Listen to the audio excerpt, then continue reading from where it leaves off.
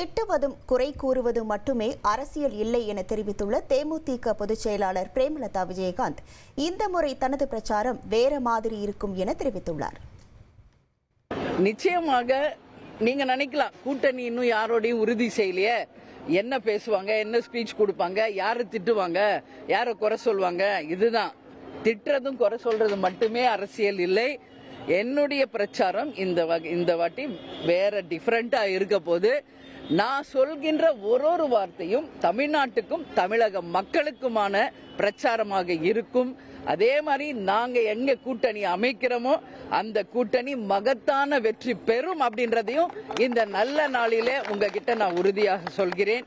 எனவே எங்கள் பிரச்சாரம் அதை நோக்கி இருக்கும் என்பதையும் இந்த நேரத்தில் சொல்றேன். இந்த பிரச்சாரத்தின் மூலம் 2026 தேமுதிக சட்டமன்ற உறுப்பினர்கள் கிடைப்பாங்கிற நம்பிக்கை தானே வாழ்க்கை. எந்த நம்பிக்கையில நீங்க மைக் வச்சிருக்கீங்க? அப்படி கேட்க கூடாது. நம்பிக்கை தான் எல்லாமே. வாழ்க்கையே நம்பிக்கையின் பேர்ல போறது தான். சரியா? கட்டாயமாக மிக பிரம்மாண்ட வெற்றியை தேமுதிக பெறும். நாங்கள் அங்கம் வகிக்கும் கூட்டணி நிச்சயம் ஆட்சி அமைக்கும் என்பதில் எங்களுக்கு எந்த மாற்று கருத்துமே கிடையாது. கேப்டனுடைய கனவு, கொள்கை, லட்சியத்தை மக்களிடையே சென்று சேர்ப்போம். எங்கள் கூட்டணி வெற்றி பெற்று எங்களுடைய எம்எல்ஏஸாக சட்டமன்ற உறுப்பினர்களாக வரும்பொழுது நிச்சயமாக அந்த பணிகளை, மக்கள் பணிகளை நாங்கள் சிறப்பாக செய்வோம் என்பதை தெரிவித்துக் கொள்கிறேன். சட்டமன்ற உறுப்பினர்கள் கேபினெட்ல இடம்பெறுவதற்கான வாய்ப்புகள் இருக்கா? ஆட்சி அதிகாரத்துடைய பங்கு கடந்த ஓராண்டாகவே எல்லா கட்சியுடைய தலைவர்களும் தொடர்ந்து பேசி வராங்க.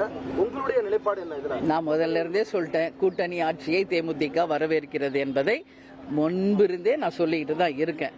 அதனால எத்தனை சீட்டு கிடைக்கும், யார் வேட்பாளர், எந்த தொகுதி, எல்லாமே இன்னைக்கு நான் பதில் சொல்ல முடியாது. அதனால இன்னைக்கு எங்களுடைய பயணம் ஆரம்பிக்கிறது. பத்திரிகையாளர்களாக நீங்களும் தேமுதிகக்கு சப்போர்ட் பண்ணணும்னு நான் கேட்டுக்கிறேன். ஏன்னா இந்த முறை கேப்டன் இல்லாமல் நாங்க செய்கின்ற முதல் சுற்றுப்பயணம். அதனாலதான் கேப்டன் எங்க கூடயே வரார்.